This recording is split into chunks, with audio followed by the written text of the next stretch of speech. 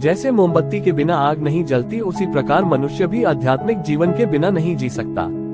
पूरी दुनिया में अंधेरा चाहे कितना भी जोर लगा ले, लेकिन एक मोमबत्ती की रोशनी को वह कभी नहीं मिटा सकता। चारों मोमबत्तियां एकांत देख आपस में बातें करने लगी।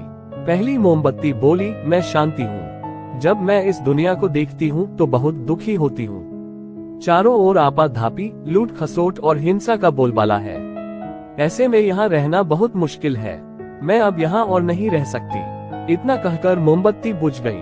दूसरी मोमबत्ती भी अपने मन की बात कहने लगी, मैं विश्वास हूँ। मुझे लगता है कि झूठ, धोखा, फरेब, बेईमानी मेरा वजूद खत्म करते जा रहे हैं। ये जगह अब मेरे लायक नहीं रही।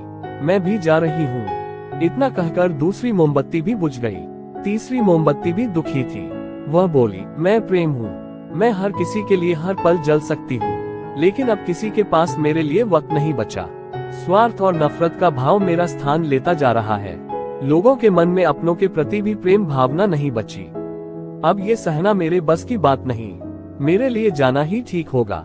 कहकर तीसरी मोमबत्ती भी बुझ गई। तीसरी बत्ती बुझी ही थी कि कमरे में एक बालक ने प्रवेश किया। मोमबत्तियों को बुझा हुआ देख उससे बहुत दुख हुआ।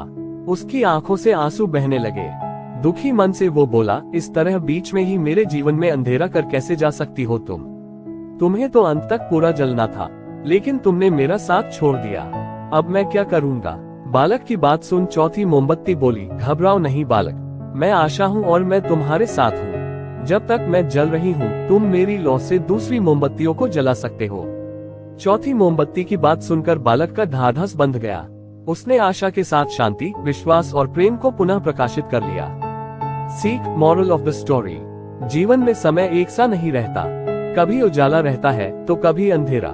जब जीवन में अंधकार आए, मन अशांत हो जाए, विश्वास डगमगाने लगे और दुनिया पराई लगने लगे, तब आशा का दीपक जला लेना।